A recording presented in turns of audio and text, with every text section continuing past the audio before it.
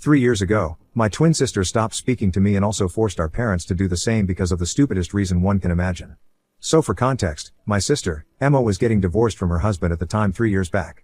Her husband, Kevin, actually happened to be a really good friend of mine and they had even met each other because of me. Kevin and I went to college together and we became really good friends. Even though he and I were close, Emma and I didn't really get along. She's my twin sister, and even though she's just 16 minutes younger than me, she had always been treated like the baby of the family, and that meant that she received golden child treatment from our parents. I guess maybe it was because she was their only daughter or something, but I always felt like my parents went soft on her and were tough on me because I was their son. So naturally, there was a certain degree of resentment that I had against her because I've always felt like my parents treated her better than they treated me. And because she got away with everything, she was also a bit of a brat. That was why she and I didn't really get along, but I remember one time, my parents had tagged me in a family photo that we had clicked on Christmas and both my sister and I were in it. It showed up on my profile and Kevin saw it and asked me to introduce him to my sister because he was pretty much smitten with her at first sight. I kept declining for a really long time, but after a couple of weeks, when I realized that he was not going to give up, I decided to talk to Emma about it. Even though she and I didn't exactly get along, Kevin was a good friend of mine and if he wanted to ask her out then I wasn't going to stop him. So I asked her if she would be fine with me sharing her number with this guy and she seemed fine with it, so I set them up together. They started dating when we were in our first year of college and were in a relationship for 6 years before they decided to get engaged. I was happy for them since because of her relationship with Kevin, Emma had become somewhat bearable as well. When they got married, I was the best man and I was really happy for both of them. They stayed together for 2 years before the marriage came to an end, and it was a really ugly divorce because Emma, being Emma, decided to cheat on him. There wasn't even any reason for her to cheat, she seemed reasonably happy enough with him, but in spite of that, she had an affair with the coworker and Kevin found out about it by going through her phone. When he confronted her about it, she told him that she was just bored and that the affair didn't mean anything to her, so she was ready to end it and work it out with him, but these kinds of things don't just get worked out. Kevin decided to leave and she had the audacity to demand alimony from him, even though she had been working and had an affair, so it's not like she qualified for it. So the divorce got pretty ugly and I was strongly on Kevin's side because even though Emma was my sister, she was the one who had cheated and it wasn't like I got along with her anyway, so I knew where my priorities were. And I guess I didn't sit right with her because she ended up complaining to our parents about it and said that she did not approve of my friendship with her soon-to-be ex-husband because as her family, I should be on her side, no questions asked. I don't know what's wrong with my parents, but they actually found her point valid and decided to call a family meeting based on her complaints. So they invited me over for dinner and confronted me about the friendship that I had with Kevin even now. And they told me that they wanted me to cut him out of my life because he had wronged my sister and his family. I shouldn't stand for it. I thought that it was ridiculous and unreasonable and I told them that Kevin had been my friend for a really long time and I was not going to cut him out of my life. I would definitely have done it if he had been the one who had cheated. But Emma was the one who had been unfaithful to him for no reason, so I didn't see any reason for me to cut him off. And she had been sitting right there, so she got really offended and said that I had always just been insecure of her and it was showing. She accused me of trying to sabotage her on purpose so she wouldn't be able to get anything out of the divorce, and I lost my temper and told her that she didn't deserve anything anyway since she was a cheater and had no morals or ethics. We had a pretty nasty verbal spat that day and I ended up leaving early. I expected my parents to reach out to me within the next couple of days and they did, but it was only to tell me that they were cutting me off because Emma had given them an ultimatum and they were going to take it seriously. Apparently, after my fight with her that day, Emma had told them that she didn't want them speaking to me anymore because I had made it very obvious that I did not take the family seriously and I was not loyal to them. So since I had no concept of family loyalty, I needed to be taught a lesson and she had told them that they had to choose between me and her. I wasn't shocked at all to learn that my parents had chosen to sit with her. I didn't even argue with them when they called me after telling me. They sounded very disappointed and tried to tell me that I could just put an end to all of this by cutting Kevin out of my life, but at that point, it had become a matter of principles. So I wished them the best for the future and stopped speaking to them. 3 years have passed since then, and Kevin and I are still the best of friends, but I haven't spoken a word to my family. I do see them now and again, but we avoid each other as much as we can and it makes me sad to think that my parents chose Emma over me, but it is what it is. I didn't think that they were going to get in touch with me anytime soon, but recently, my parents decided to contact me. It was not to apologize, unfortunately, but to ask for my help. Recently, I had come into a lot of money because my business had suddenly started taking off. I am a restaurant owner and after a particularly good food review from a really popular blogger, people started pouring in and it's been a blessed couple of months since then. I guess my parents did the math and decided to contact me because they needed money. The funny thing is, they don't even need the money for themselves, they need it to help Emma out. Apparently, she's getting married yet again. I guess she had lied to Kevin about things not being serious about the coworker she was having an affair with because from what I know, that's the person she's getting married to. They have been together ever since she got divorced and they got engaged a couple of months ago, and I knew about it. But it wasn't like I was going to be invited, so I didn't think much of it. Anyway, Around 4 days ago, my parents visited me and I was quite shocked to see them, but they were being nice enough, so I invited them in. The reason I hadn't just slammed the door shut in their faces was because firstly, I'm not a guy like that. And secondly, I had made the rookie mistake of assuming that they were here to make things right with me by apologizing. That was my bad. Anyway, after some small talk about my life and my business, my parents got to the point and told me that Emma was getting remarried and she wanted it to be a grand affair because she wanted people to forget all about her first wedding and remember only this one. That pretty much sounded like something Emma would do, so I wasn't surprised. But then, they got to the budget and told me that as of now, it was going to cost them at least a whopping $90,000 to be able to afford the kind of wedding that she wanted. At that point, it was nothing short of a luxury wedding and we did not come from that kind of a family. My dad was a realtor who had recently retired and my mother was a college history professor. So yeah, I would say that both of them made a decent amount of money when they were working and had reasonable funds set aside for themselves for the future, but blowing $90,000 on a wedding was unimaginable. My parents told me that the wedding was still a good few months away, so it's not like they needed the money immediately and they could afford to contribute some money from their retirement fund. But obviously wouldn't be able to cover the entire cost, and her fiancé's family had already surrendered and said that they wouldn't be able to help out. But my parents didn't want Emma to feel disappointed, and so, they had already committed that they would cover the entire cost of the wedding. That had been before she started planning and told them about the budget, and now, they didn't know what to tell her because there was no way that they would be able to afford this without having it heavily dent their retirement funds. They didn't want to disappoint her, so they had racked their brains about what to do, and eventually, they had heard from a couple of people that my restaurant was doing well. And they had taken it as a sign from the universe to pay me a visit and talk to me about contributing to the wedding expenses. They told me that this wedding meant everything to Emma because, after her divorce from Kevin, she had to get therapy because of how traumatizing it had been for her. And now, I had the chance to be a good brother to her for once and contribute to the wedding. The last time that she had asked me for something, I had refused and we had ended up not speaking for 3 years. And now, I had a chance to fix that by covering the expenses of her wedding and making it up to her. If I'm being frank, I honestly thought that they were joking. Because there was no way that they were delusional enough to believe that I was actually going to help them out here. Even if I was a billionaire, I wouldn't have made any contributions to Emma's wedding, and that's what I told my parents. But of course, I said that after having a good laugh, right in their faces. Because honestly, I couldn't process the fact that they had the audacity to come to me after 3 years and not even apologize but pretend like I had done something wrong by cutting them off instead of Kevin. Anyway, after I laughed in their faces and said that, I guess my parents got really offended, and instead of leaving, they started trying to pick a fight with me.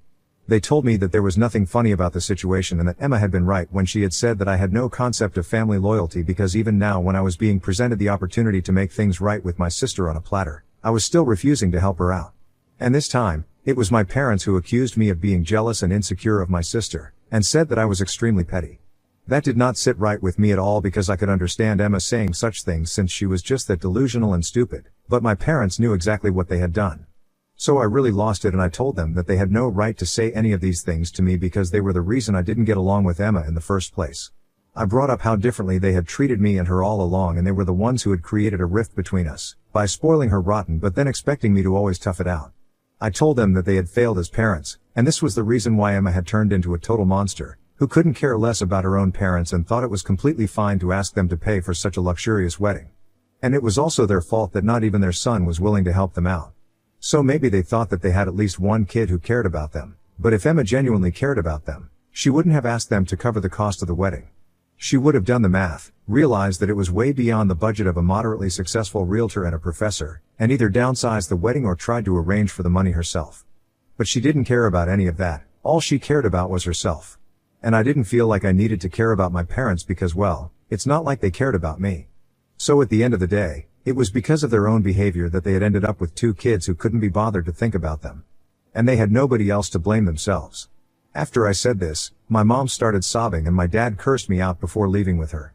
At the time, I didn't feel bad for them at all because I was really pissed off.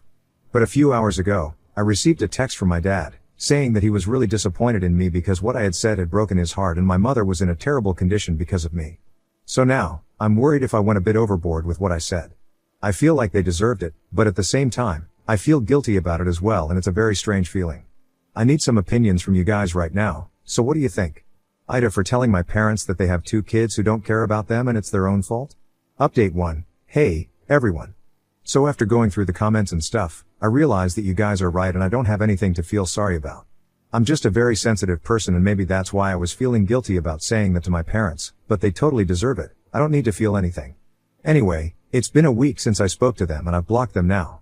It's funny that my dad had unblocked me specifically to send that message when in the past 3 years, he couldn't even have been bothered to check up on me once. It just goes to show how selfish and heartless they are, and that was to tell him that I don't care about them because I don't, and that's the truth. Anyway, a lot of people wanted to know whether Kevin had any idea that Emma was getting remarried, and yeah, he did.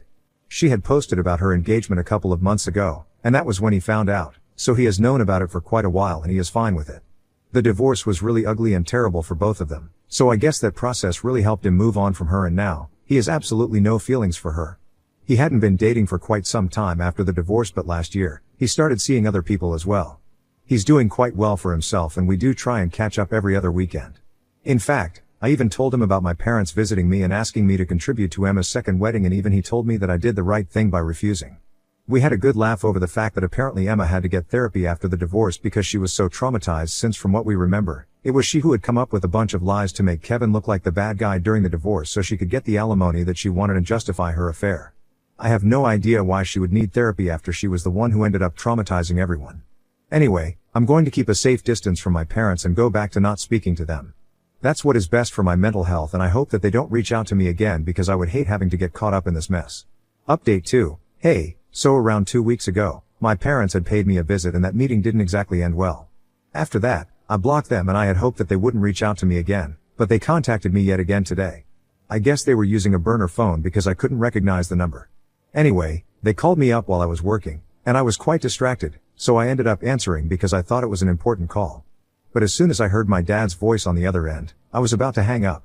I didn't though, because he told me that he was standing outside my restaurant and he was desperate to see me, so I absolutely needed to meet him for coffee because he couldn't leave without talking to me.